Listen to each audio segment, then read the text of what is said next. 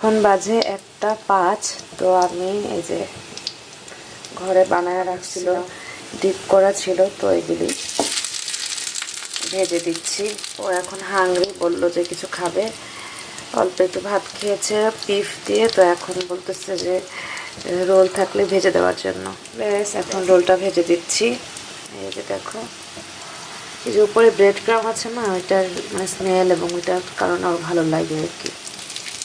এখন রোলটাই দিয়ে হয়ে যাচ্ছে।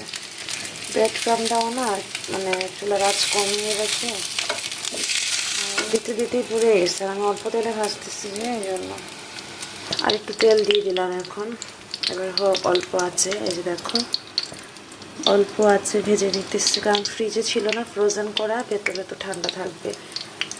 তো এটা হোক, কারণ এটা ভেতরে হতে হবে। এটা সুন্দর হয়েছে, এটাও সুন্দর, কিন্তু এটা এই জায়গাটা পড়ে গেছে। আর ক্রিস্পি হয়েছে দেখো, সাউন্ড। যাই হোক, তো ভাজা হয়ে গেল, ওকে দিয়ে আসবো।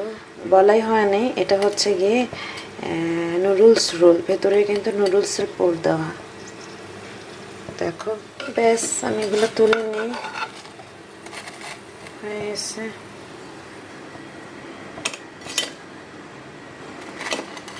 এটা একটু পুড়ে গেছে, এই তো। এখন আমি এই যে সসটা বানায় রাখছিলাম আগে, দেখি কি অবস্থা। বেশ, এটা দিয়ে ওকে এখন দিয়ে আসি।